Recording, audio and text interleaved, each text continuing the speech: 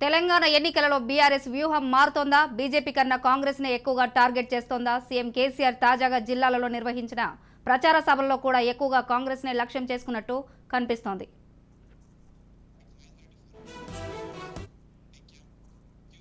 Right, ఇక దీనిపై మరిన్ని వివరాలను మా ప్రతినిధి మహేందర్ అందించడానికి సిద్ధంగా ఉన్నారు. మహేందర్,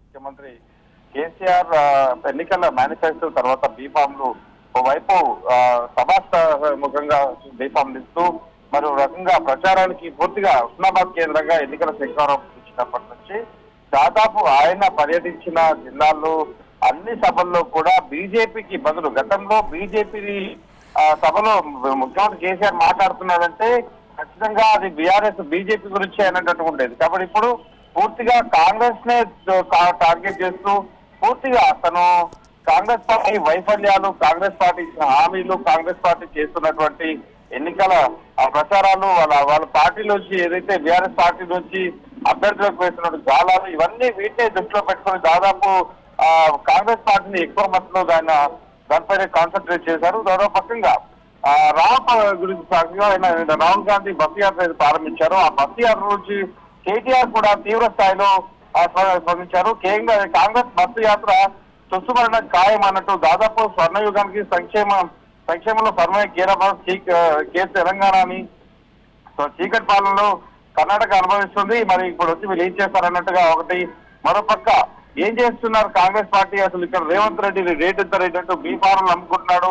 ఆ దాదాపు సీనియర్లకు కూడా గౌరవం ఇవ్వకపోతే ఆ సీనియర్లను మేము అసలు చేర్చుకుంటున్నాం. దాదాపు ఇలాంటి వ్యాఖ్యలతో దాదాపు కాంగ్రెస్ పార్టీని పెద్ద ఎత్తున టార్గెట్ చేశారు. ఇటు కాంగ్రెస్ పార్టీ కూడా ఇక్కడ కూడా కాంప్రమైజ్ కాకుండా దాంట్లో ఈ మాటకు మాట అన్నట్టుగా వస్తున్న నేపథ్యంలో మరి ఈరోజు దాదాపు రైతుల విషయంలో కావచ్చు, సంక్షేమం విషయంలో కావచ్చు, దాదాపు ఓటేసి నమ్మించిన ప్రజలను మోసం చేశారు కర్ణాటకలో. మరి ఇక్కడ వచ్చి కూడా ప్రజలను ఆ రకంగానే మోసం చేయడానికి ఇక్కడ వస్తున్నారా అన్నట్టు దాదాపు ఈ రోజు ఆయన కేటీఆర్ కూడా స్పందించడం జరిగింది. మరోపక్క ప్రతి అంశంలో కూడా కాంగ్రెస్ పార్టీనే ఎక్కువగా తీసేశారు. దేశానికే టీచింగ్ పాయింట్ తెలంగాణ అన్నట్టుగా చెప్పారు.